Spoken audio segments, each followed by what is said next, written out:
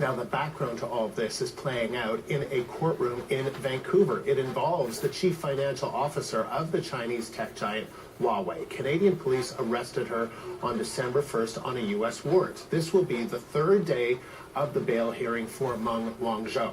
The U.S. accuses her of fraud. It says Huawei broke U.S. trade sanctions against Iran. The extradition process could be a long one, and MENG wants to be out on bail while it continues. Arthi Pohl is also working on this story. So, Arthi, third day in court. What's the scene like in Vancouver right now? Well, we know that it was a packed house yesterday, and there were many supporters outside of the BC courthouse, and it looks like that is the scene again today. There are many supporters that were outside picketing, in fact, this detainment of the CFO of Huawei, and also we know that the courtroom itself is packed. We know that based on the reporters, the CBC reporters who are inside right now.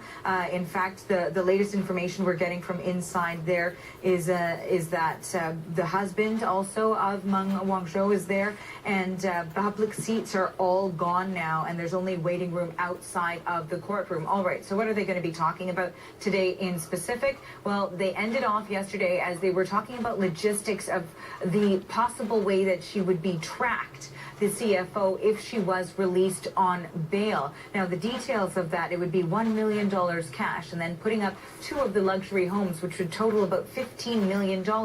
But would they be able to guarantee that she would not flee the country and head back to China? Something like $15 million when you've got so many financial resources at your fingertips certainly isn't much of a concern. That is one of the issues that the court was looking at. She would have to surrender her passports and documentation. Now, her lawyer is arguing that she would not evade bail conditions or skip out on the country because it would be an embarrassment for China and for Huawei as well if she was to do that. So these are the arguments that continue underway today in this bail hearing that has just gotten started. But let's quickly take a listen to how some of the supporters, again, are reacting. Some of them say that they're speaking with their friends and family in China who now are fearful of coming to Canada because of this. Take a listen.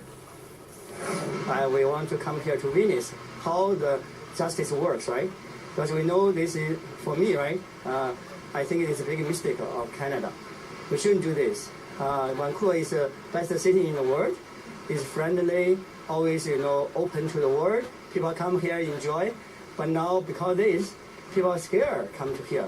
My friends, they ask me, right, from China, from everywhere, why Vancouver can do this?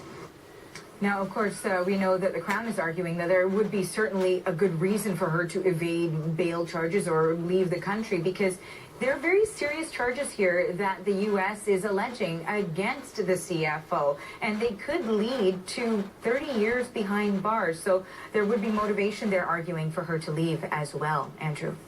And so, Arthi, there are also potential security risks, right, if MENG were to skip bail. But what are the broader security questions being asked? Right. So in addition to those questions that they're asking about her security itself, whether or not she would wear that tracking device that they're suggesting in order to stay within the country, there's also the fact that she is the daughter of and affiliated with this huge telecommunications company that has technology also at their fingertips and a lot of resources on that front. So could Canadian consumers be the so-called collateral damage in this all? We certainly have seen that there is the potential for retaliation. China has been awfully critical of this move by Canada to arrest the CFO on the request of the United States. So the question is whether or not they would also use the technology that they have at their disposal to also make Canada pay and Canadians those, quote, grave consequences that they threatened. Let's quickly take a listen to a former member of CSIS.